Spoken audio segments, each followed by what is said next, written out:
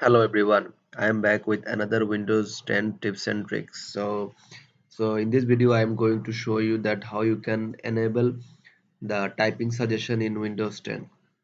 So so for example, if you write anything, so you need suggestion. For example, you misspelled anything, you need to write it down correctly. So for enabling the typing suggestion in Windows 10, all you need to do, you need to go to Windows settings. Then you have to write here typing.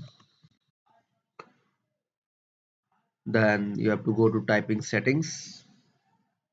Then you need to go down. Then there is a called option called hardware keyload. Though there is a two option called, first one is show text suggestion as I type. You have to turn it on. Then autocorrect the misspelled words as I type. You have to make the turn it off as well. So now close it. Now open notepad. Okay, now I'm going to write something here. For example, learn.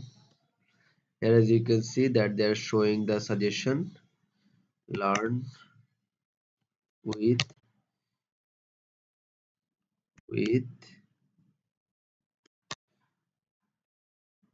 with Sazzad.